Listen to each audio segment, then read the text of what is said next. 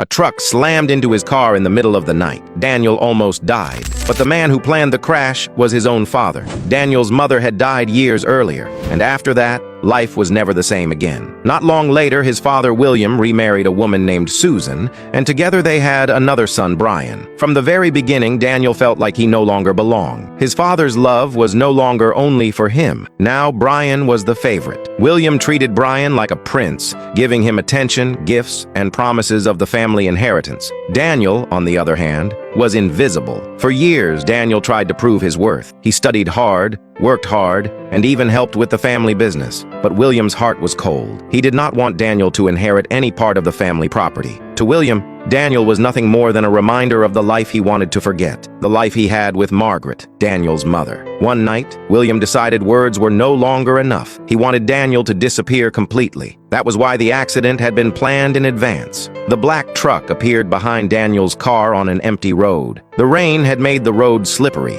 Daniel noticed it, but he thought it was just another careless driver. He had no idea the truck was meant to kill him. Then came the sudden hit, the violent turn, the shattered glass, and the twisted metal. Daniel's world went dark. His body slammed into the steering wheel, and blood ran down his face. Hours later, Daniel woke up in a hospital bed. Pain was everywhere. His arm was in a cast and his head was throbbing. The machines kept beeping. He remembered the crash, the truck, and then the fear. William came to the hospital the next day, but there was no relief in his eyes, only cold calculation. "You survived," he said slowly, "but you are no longer part of this family. You do not belong to this house, this inheritance, or anything I leave behind." That was when Daniel realized the cruel truth. The accident was not a mistake. It had been planned by the man who was supposed to protect him, his own father. And the worst part was how obvious William's love for Brian was. Gifts, attention, praise, everything William had never given Daniel, he gave to Brian. A few days later, while Daniel was recovering,